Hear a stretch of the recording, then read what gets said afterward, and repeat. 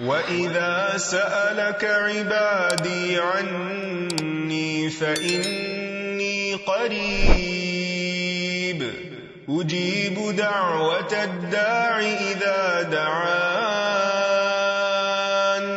فَلْيَسْتَجِيبُوا لِي وَلْيُؤْمِنُوا بِي لَعَلَّهُمْ يَرْشُدُونَ۔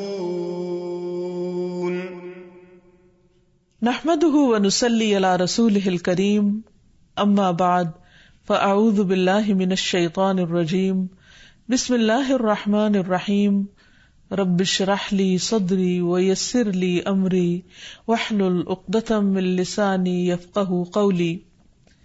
السلام علیکم ورحمۃ اللہ وبرکاتہ۔ ناظرین، آج ہم پروگرام دعا کیجئے کے ساتھ آپ کی خدمت میں حاضر ہیں، اور ہم انشاءاللہ رزق کی کشادگی کے بارے میں دعاؤں کے متعلق بات کریں گے۔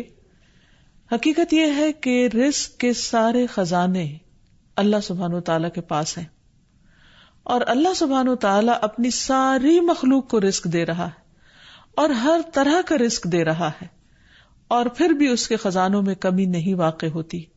ایک حدیث قدسی میں آتا ہے، اللہ تعالیٰ فرماتے ہیں کہ اے تمام جن و انس، اولین و آخرین، اگر تم سب کے سب ایک چٹیل میدان میں، کھلے میدان میں اکٹھے ہو جاؤ، اور پھر سب اپنی حاجات مجھ سے مانگو، اپنی ضروریات مجھ سے طلب کرو، اور میں تم سب کو وہ عطا کروں جو تمہیں چاہیے، تو بھی میرے خزانوں میں اتنی کمی بھی واقع نہیں ہوتی جتنی سوئی کو سمندر میں ڈالنے سے واقع ہوتی ہے۔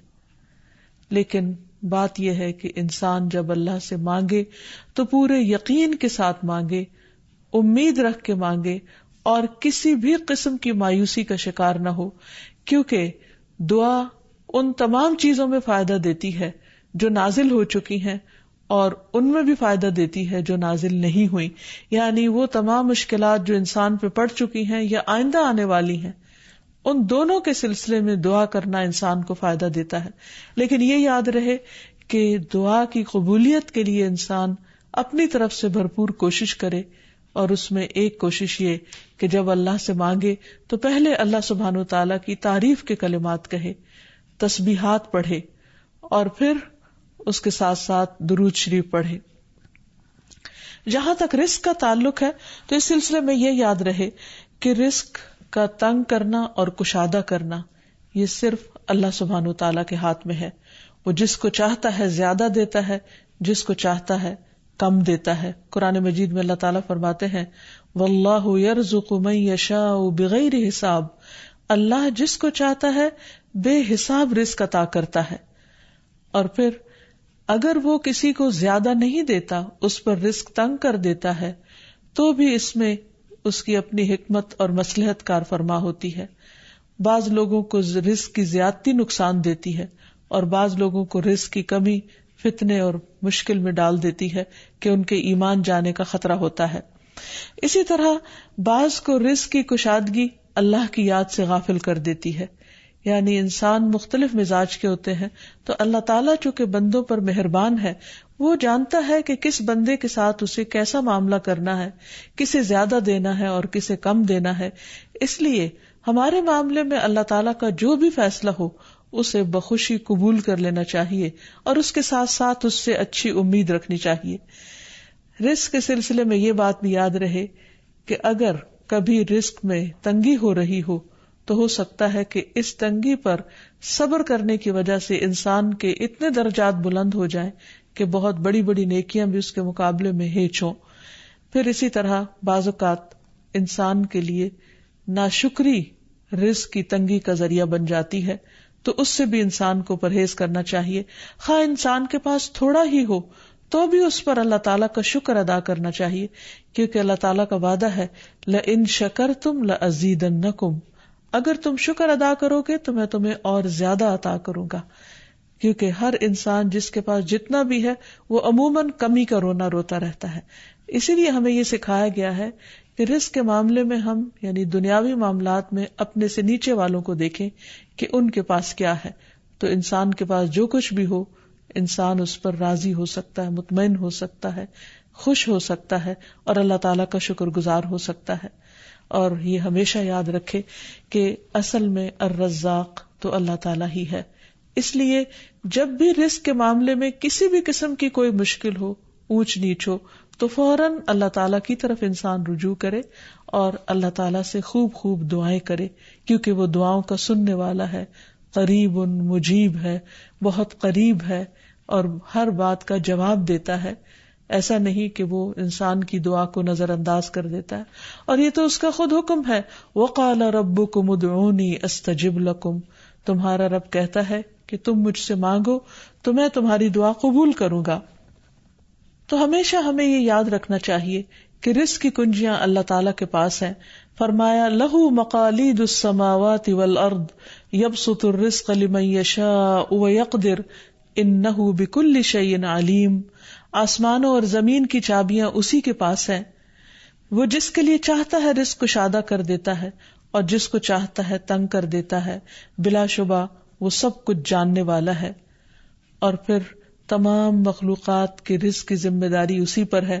فرمایا وما من دابۃ الا علی اللہ رزقها، اور کوئی جاندار ایسا نہیں کہ جس کے رزق کا ذمہ اللہ کے اوپر نہ ہو. کوئی ایک چھوٹی سے چھوٹی چونٹی اور اس سے بھی چھوٹی مخلوق، ان سب کو وہی کھلاتا اور پلاتا ہے، وہی زندگی دیتا ہے اور زندگی کے اسباب مہیا کرتا ہے. لیکن اکثر لوگ اللہ تعالیٰ کے اس اختیار سے لا علم ہیں. اسی لیے اللہ تعالیٰ فرماتے ہیں قل ان ربی یبسط الرزق لمن یشاء ویقدر ولکن اکثر الناس لا یعلمون.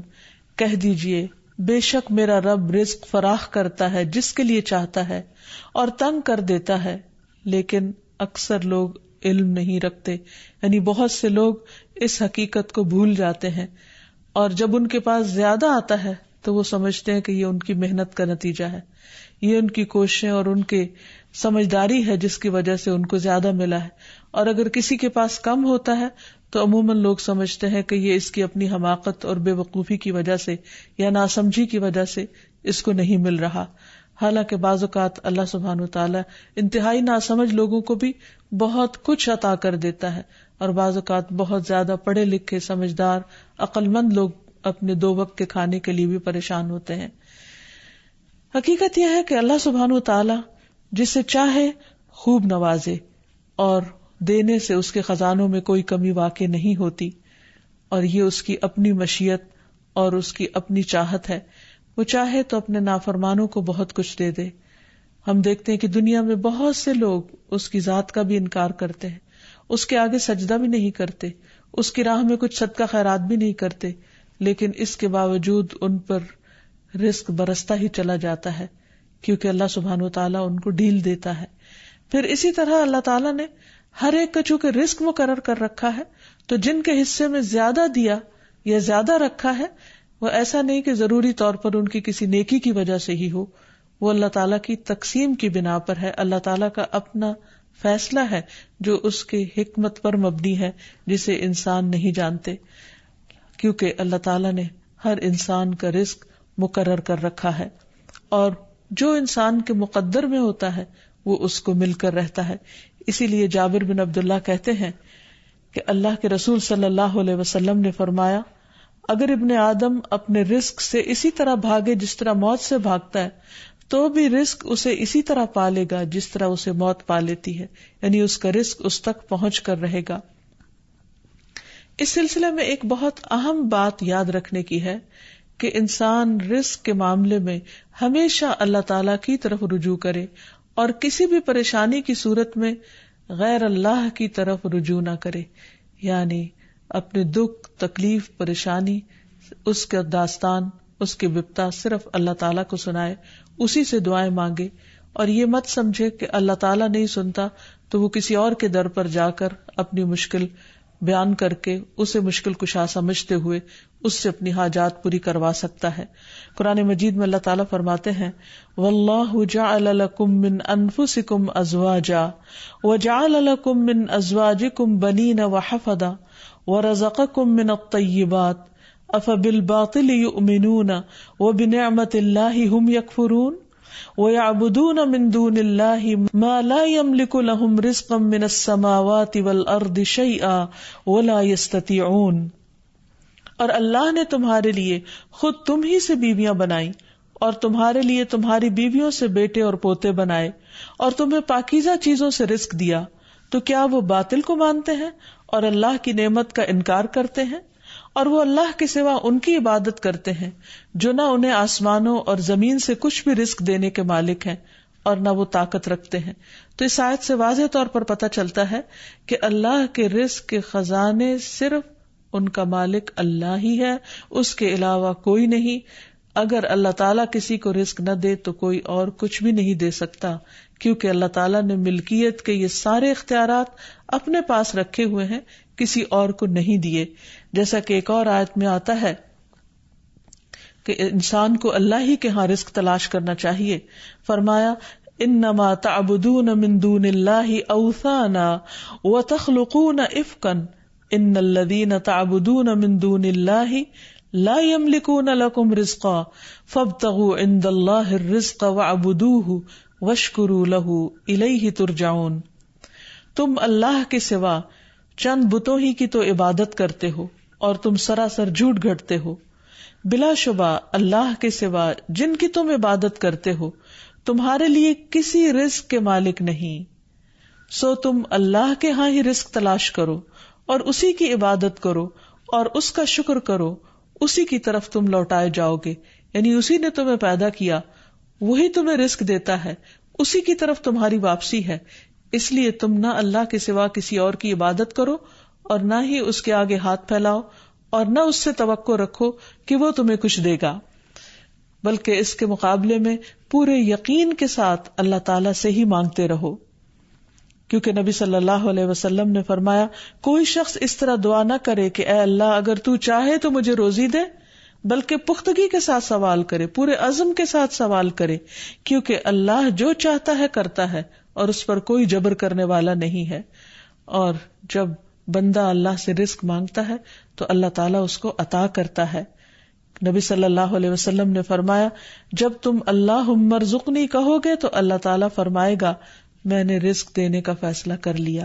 یعنی جب تم کہو گے کہ اللہ مجھے رزق دے تو اللہ تعالیٰ تمہیں جواب دے گا کہ ہاں میں تمہیں رزق دوں گا. اس لیے اس حوالے سے مکمل طور پر اللہ سبحانہ و تعالیٰ پر بھروسہ کرنا چاہیے، اللہ تعالیٰ کا تقوی کرنا چاہیے، یعنی اللہ تعالیٰ سے ڈرتے رہنا چاہیے اور رزق کی تلاش میں حرام راستے اختیار نہیں کرنے چاہیے، کیونکہ اللہ سبحانہ و تعالیٰ کا وعدہ ہے وَمَن يَتَّقِ اللَّهَ يَجْعَل لَّهُ مَخْرَجًا وَيَرْزُقْهُ مِنْ حَيْثُ لَا يَحْتَسِبُ. جو اللہ کا تقوی اختیار کرے گا اللہ تعالیٰ اس کے لیے مشکل سے نکلنے کی کوئی راہ ضرور بنا دے گا اور اس کو وہاں سے رزق عطا کرے گا جہاں سے وہ سوچتا بھی نہیں ہوگا، یعنی اس کا وہم و گمان بھی نہیں ہوگا، اس کا خیال بھی نہیں ہوگا. اللہ تعالیٰ غیب سے ایسے اسباب پیدا کر دے گا جن کے بارے میں انسان نے کبھی سوچا نہ ہوگا. لیکن شرط یہ ہے کہ جب انسان کے اوپر آزمائش کا وقت ہو تو اس وقت وہ اللہ تعالیٰ سے حلال ہی کو طلب کرتا رہے اور پریشان ہو کر حرام راستے اختیار نہ کرے. اللہ تعالیٰ کا وعدہ ہے کہ اگر کوئی اللہ سے ڈرتا ہے، اللہ کی اطاعت کرتا ہے، اللہ کی نافرمانی سے بچتا ہے، تو پھر ایسی صورت میں اللہ تعالیٰ اس پر آزمائش کے ختم ہونے کے بعد آسمان و زمین سے برکتوں کے دروازے کھول دے گا. فرمایا وَلَوْ أَنَّ أَهْلَ الْقُرَىٰ آمَنُوا وَاتَّقَوْا لَفَتَحْنَا عَلَيْهِمْ بَرَكَاتٍ مِّنَ السَّمَاءِ وَالْأَرْضِ. اور اگر یہ بستیوں والے ایمان لے آتے اور اللہ کا تقوی اختیار کرتے تو ہم ان پر آسمان اور زمین کی برکتوں کے دروازے کھول دیتے. یعنی اللہ تعالیٰ ان دروازوں کو بند کر کے آزماتا ضرور ہے، لیکن وہ دیکھتا یہ ہے کہ بندہ کرتا کیا ہے، اور جب بندہ اللہ کی اطاعت ہی کا عزم دل میں رکھتا ہے تو اللہ تعالیٰ اپنی رحمت عام کر دیتا ہے. پھر یہ کہ انسان کو اللہ کی تقسیم پر راضی رہنا چاہیے. اگر اپنے سے زیادہ کسی کو ملا ہے تو اس پر حسد نہیں کرنا چاہیے، اور اگر اپنے سے کم کسی کے پاس ہے تو اس کے اوپر اس کو حقیر نہیں سمجھنا چاہیے، بلکہ انسان کی قدر کرنی چاہیے اور ہمیشہ یہ سوچنا چاہیے کہ اس کو مجھ سے زیادہ دینے والے کو بھی دینے والا رب ہے، مجھے بھی میرے رب نے ہی دیا ہے، اور جس کے پاس کم ہے اس کا بھی مالک وہی ہے. اور یہ بھی انسان یاد رکھے کہ انسان جب حرام سے بچتا ہے، غلط راستوں سے بچتا ہے، اللہ تعالیٰ کی فرما برداری کرتا رہتا ہے، اس کا شکر ادا کرتا رہتا ہے، تو اللہ تعالیٰ اس کو حلال طریقوں سے بھی رزق عطا کرتا ہے. حدیث میں آتا ہے کہ رزق کی تلاش میں میانہ روی اختیار کرو، یعنی بہت ڈیسپریٹ نہ ہو جاؤ، اللہ تعالیٰ ضرور دروازہ کھولے گا. کہیں ایسا نہ ہو کہ رزق کا مؤخر ہونا یعنی ڈیلے ہونا تمہیں اس بات پر اکسا دے کہ تم اللہ تعالیٰ کی نافرمانیاں کرنے لگو، یعنی نافرمانی کے ذریعے اس کا رزق تلاش کرو. یاد رکھو جو کچھ اللہ تعالیٰ کے پاس ہے وہ اس کی اطاعت سے ہی حاصل کیا جا سکتا ہے. اور اس سلسلے میں خصوصی طور پر استغفار بہت کارآمد ہے کہ انسان اپنے گناہوں کی معافی مانگتے ہوئے اللہ تعالیٰ سے رزق کے لیے دعا کرے. پھر اسی طرح رشتہ داروں کے ساتھ اچھا سلوک کرے، کیونکہ نبی صلی اللہ علیہ وسلم نے خاص طور پر یہ بات فرمائی ہے کہ جو شخص یہ چاہتا ہے کہ اس کی عمر دراز ہو اور اس کے رزق میں وسعت ہو تو اسے چاہیے کہ وہ صلہ رحمی کرے، یعنی اپنے رشتہ داروں کے ساتھ اچھا سلوک کرے. یعنی جس نیکی کا اجر انسان کو دنیا میں بہت جلد مل جاتا ہے ان میں سے بہت اہم نیکی صلہ رحمی ہے، والدین کے ساتھ حسن سلوک ہے. ایک حدیث میں آتا ہے کہ کچھ گھرانوں کے لوگ جو فاسق و فاجر بھی ہوتے ہیں لیکن جب وہ صلہ رحمی کرتے ہیں تو اس کی بنا پر ان کے مال بڑھ جاتے ہیں، یعنی رشتہ داروں کے ساتھ اچھے سلوک کی وجہ سے ان کے مال میں اور اضافہ ہو جاتا ہے اور ان کے افراد کی کثرت ہو جاتی ہے. پھر انسان ہمیشہ یہ یاد رکھے کہ مال دینے سے بڑھتا ہے، صدقہ خیرات مال میں اضافے کا ذریعہ بنتا ہے. پھر اسی طرح خرید و فروخت میں سچ بولنا مال میں برکت پیدا کر دیتا ہے اور جھوٹ مال کی برکت کو اٹھا دیتا ہے. اور پھر خاص طور پر انسان رزق کے لیے دعائیں کرتا رہے، کیونکہ سارے خزانے تو اللہ کے پاس ہیں، وہ جب جس کو جتنا چاہے عطا کر سکتا ہے. اس کے لیے نبی صلی اللہ علیہ وسلم کی سکھائی ہوئی مسنون دعائیں بہت ہی بہترین ہیں. نبی صلی اللہ علیہ وسلم ہر روز صبح فجر کی نماز کے بعد یہ دعا پڑھتے تھے، اللہم انی اسألک علما نافعا ورزقا طیبا وعملا متقبلا. اے اللہ میں تجھ سے علم نافع، طیب رزق یعنی پاکیزہ رزق اور مقبول عمل کا سوال کرتا ہوں، یعنی ایسے عمل کی توفیق دے جو تیرے ہاں قبول ہو جائے، تجھے پسند آ جائے. اور اس کے ساتھ ساتھ انسان کو حرام سے بچنے کی دعا کرنی چاہیے. اس سلسلے میں آپ صلی اللہ علیہ وسلم نے جو دعا سکھائی وہ ہے اللہم اکفنی بحلالک عن حرامک واغننی بفضلک عمن سواک.